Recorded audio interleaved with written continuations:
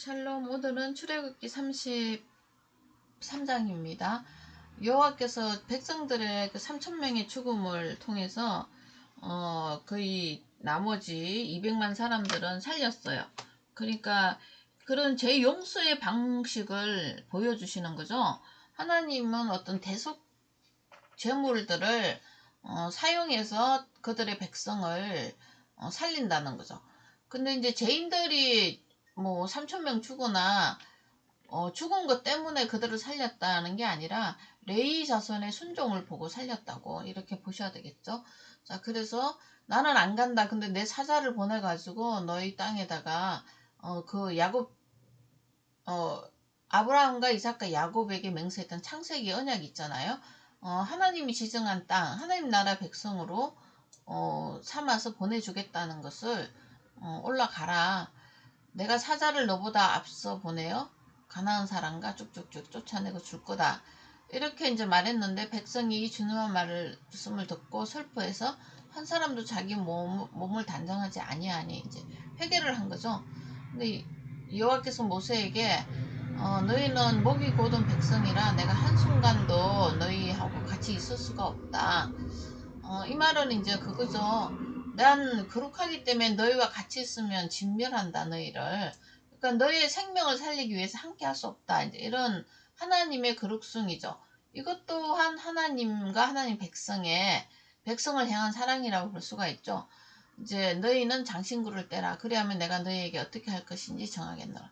장신구는 우상 숭배의 표현 대상이잖아, 표현 도구잖아요. 근데 이 사람들은 뭐 여전히 출애굽을 보던 뭐 홍해 사건을 보던 그 죽음의 밤에 탈출을 하던 그런 하나님에 대한 개념이 전혀 없어요. 자기가 애굽에서 섬기던 그런 장신구들을 다 갖고 다시 나온 거죠. 그리고 다 몸에 붙이고 이것들을 섬기는 그런 이제 형국이 된 거죠. 그래서 지금 출애굽 이후의 강야 생활에서 이제 이 사람들의 가치관들을 볼 수 있는 단어가 장신구예요. 자, 그래서 이스라엘 자손이 호렙산으로부터 그들의 장신구를 떼어내니라. 모세가 항상 장막을 취하여 진 밖에 서서 진과 멀리 떠나게 하고 해막이라고 이름하니 여호와를 앙망하는 자는 다 진 바깥 해막으로 나아가며, 회막 모임이죠. 하나님을 만나는 장소 이렇게 이제 부르기도 합니다. 그 하나님이 이제 계시는 곳이라는 입장에서는 성막 이렇게 부르고, 하나님이 자기 백성을 만나는 장소는 이제 회막 이렇게 되는 거죠.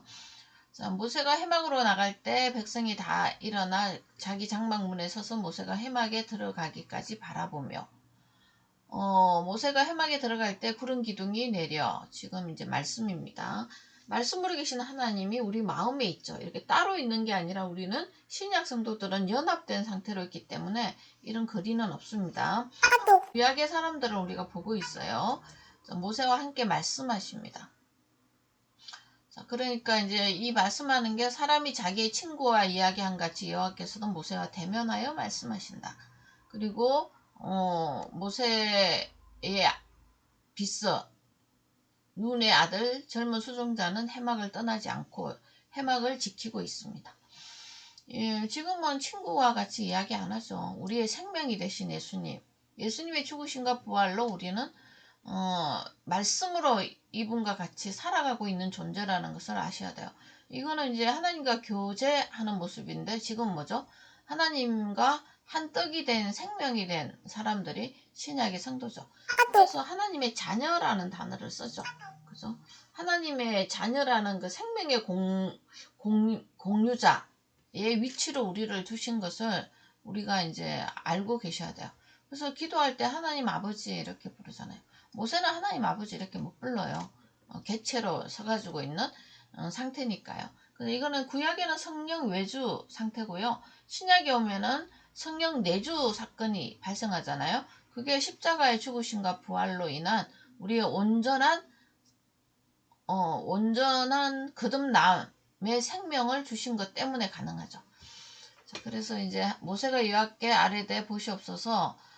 이제 이 사자를 보내겠다는 그 말에 모세가 이제 어떻게 이해를 했냐면, 나와 함께 보낼 자를 내게 지시하지 아니하였습니다. 주께서 전에 말씀하시기를 나는 이름으로도 알고 너도 내 앞에 은총을 입었다 하였사온저 이제 길을 좀 보여달라. 주의 길을 내게 보이사 내게 주를 알리시고 주의 목전에 은총을 입게 해서 이 족속을 주의 백성으로 여겨주세요.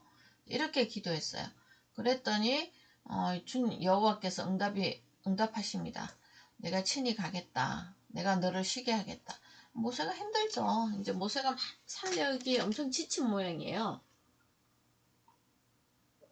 그리고 나로 은총을 입게 해달라. 이 중요한 단어죠. 모세가 이제 나는 내 힘으로 할 수 없습니다. 이 백성을.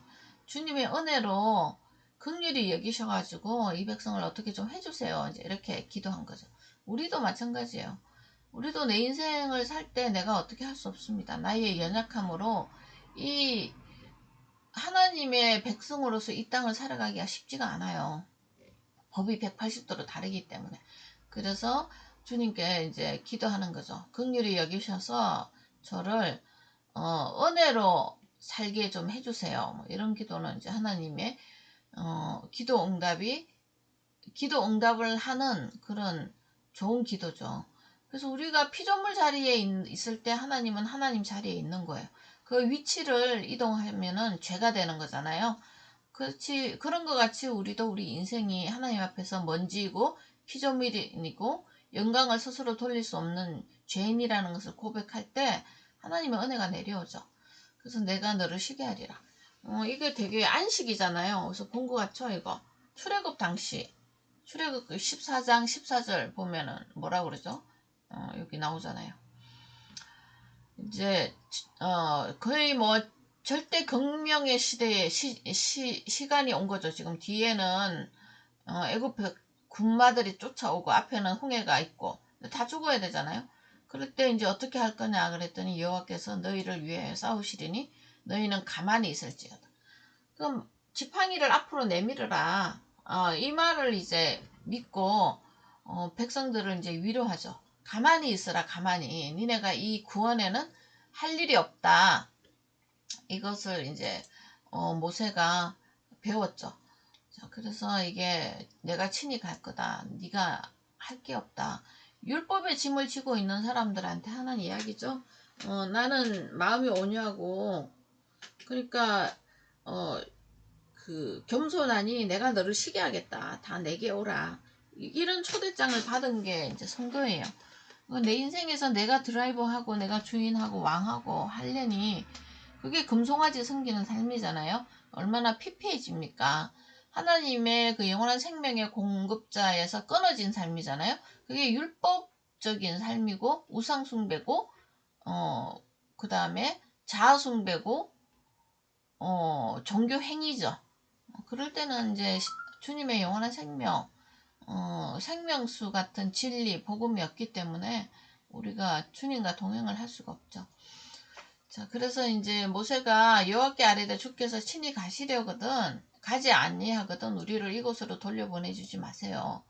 이제 다시 확답을 하죠. 이 모세는 하나님 말씀을 잘 못 믿어요. 함께 가리라 하면 아멘 하고 가면 되는데 이 구약 사람들은 불안해갖고 뭘 항상 증거를 내놔야 돼.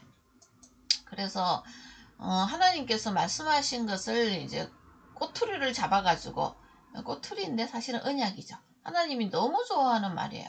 언약을 잡고 주께서 우리와 함께 행하심으로 나와 주의 백성을 천하 만민 중에 구별하심이 아니니까 그래서 이제 그 말대로 제게 증거를 좀 주세요. 이렇게 이제 말하는 거죠.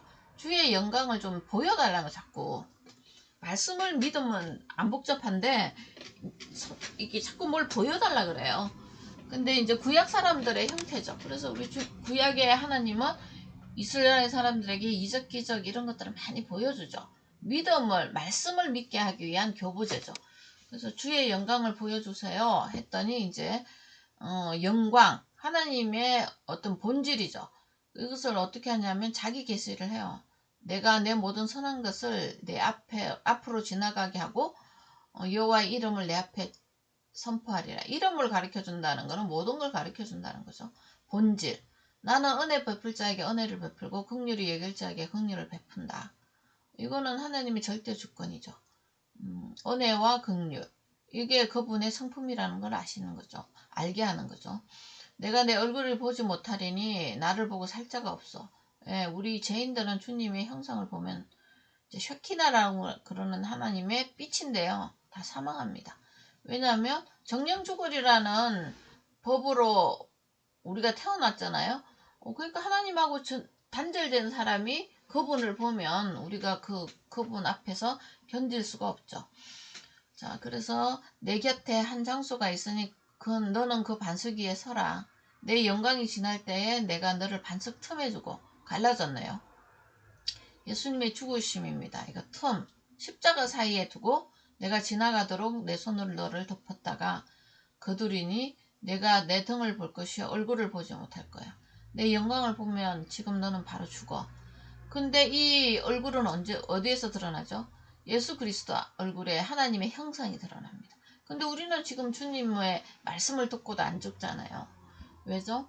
네, 주님이 우리 사망을 먼저 가져갔기 때문에 우리가 예수 그리스도의 말씀을 듣고 아멘 하고 주님을 주라고 부르는 존재가 됐다는 거죠. 자, 그래서 이 얼굴은 예수 그리스도 안에 나타납니다. 십자가에서 죽으심의 얼굴이죠. 예, 그러니까 반석 틈이라는 단어도 나오죠. 십자가에서 깨어지는 주님을 보는 거예요. 자, 그래서 이 예수 그리스도의 형상, 주님의 은혜와 자비, 긍휼은 다 어디서 나타나죠? 주님의 십자가에 죽으시면서 나타납니다. 그래서 얼굴은 보지 못할 거다. 이제 1400년이 지나고 난 다음에 십자가에서 주님의 얼굴을 대면하게 되죠. 그래서 이런 신약과 구약의 차이점을 조금 설명해 드렸습니다. 우리가 십자가 대속의 사랑을 믿음으로 예수 그리스도를 본다. 이 예수 그리스도는 이 구약에 등만 보였던 하나님이거든요. 그래서 우리가 하나님의 실체를 잘 몰라요. 은혜가 뭐고 긍휼이 뭐고 이런 베푸는 분을 잘 모르는데 십자가를 믿음으로 우리가 이분을 알 수 있게 된 거예요. 그래서 요한 할아버지가 뭐라 그러죠? 요한 사도께서 하나님은 사랑이시라. 사랑 본질이시라. 본체라는 거죠. 사랑하는 존재 이게 아니고 사랑 자체. 이게 어떤 사랑이냐면 긍휼히 여기는 사람, 대속해주는 사람. 이게 이제 십자가에서 증거로 드러난 거예요. 그런데 이제 이런 말을 받을 사람은 내가 피조물이고 죄인이고 죽음의 상태에 있는 자라는 것을 믿음으로 인식하는 자들한테 이런 말이 혜택이 되는 거지. 난 죄인 아닌데 십자가가 뭐고 아무 소용 없는 겁니다. 그래서 내가 스스로 죄인인 것을 알게 하는 하나님께 이제 감사를 표하는 거죠, 우리가. 그게 이제 말씀으로, 이 법으로, 율법으로 알게 하는 기능을 주셨어요. 율법에게 주신 거죠. 율법은 죄를 드러나게 하는 기능입니다. 예를 들면 그런 거죠. 내가 암 환자다. 사망에 처한 자잖아요. 죄인의 본질이죠. 그거 MRI 찍어 봐야 되잖아요. MRI가 율법의 기능이에요. MRI 100번 찍는다고 암세포가 없어져요? 그렇지 않죠. 근데 이제 이 율법주의, 행위주의자들은 MRI 100번 찍으면 자기가 살아날 수 있다고 생각했죠. 이게 사탄의 방식이야. 네가 행하여 선악을 구분하고 네가 행하여 하나님처럼 되라. 될 수 있다고 거짓말하는 거죠. 선악을 구별할 수 있죠. 그게 이제 결국은 사망 아래에 있는 사람들의 선악이에요. 하나님의 선악을 알 수는 없어요. 그래서 만든 게 사람의 계명이잖아요. 율법으로 사람이 만든 율법이잖아요. 세상 가치관이잖아요. 거기에서 이제 살다 보면 선하게 살면 뭐가 될 것 같거든요. 그렇지만 그 선도 어디서 나온 거죠? 사망의 그늘 아래서 나온 선이에요. 그러니까 우리가 처해 있는 사망의 강에서 스스로 나를 구원할 수는 없는 거죠. 자, 사망에서 나온 선은 사망이고 사망에서 나온 악도 사망입니다. 그래서 나의 선함도 악이고 나의 악함도 악이라는 것을 알고 있는 것이 우리의 그 죄인의 자기가 스스로 죄인이라는 것을 안다는 뜻입니다. 오늘은 여기까지요. 샬롬.